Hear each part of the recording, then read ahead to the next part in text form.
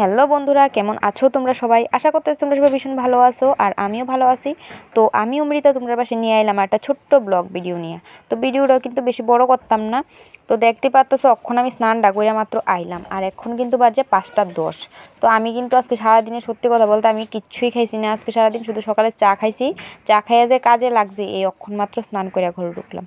তো আজকের ভিডিওটা করার একটাই কারণ, অনেক দাদা ভাই আর দিদি ভাইরা আমার এই কমেন্ট বক্সে জানায় যে আমি সারাদিন নাকি শুধু ভিডিও বানাই, কোনো কাজকর্ম করি না, আমার জামাই নাকি আমার বকেনি।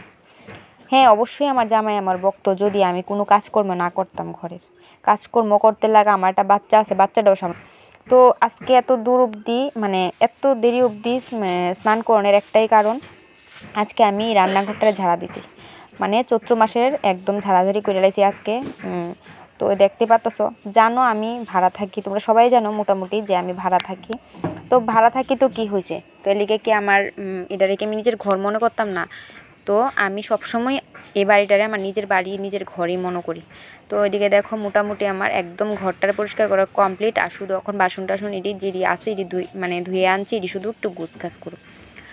তো শুধু তাদের উদ্দেশ্যেই মানে আমার এই ভিডিওটা করা। দেখো আমিও কাজ করি, যদি কাজ না করতাম তাহলে অবশ্যই আমার জামাই আমার বকতো।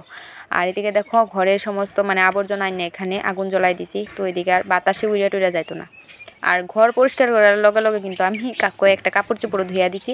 তো এদিকে দেখো, শীতের কাপড় চোপড়, শীত তো যেহেতু গেছে গরম আয়া পড়ছে, তো এদিকে ধুইয়া একদম গুছাইলাম। তো আয়া পড়লাম ছাদে।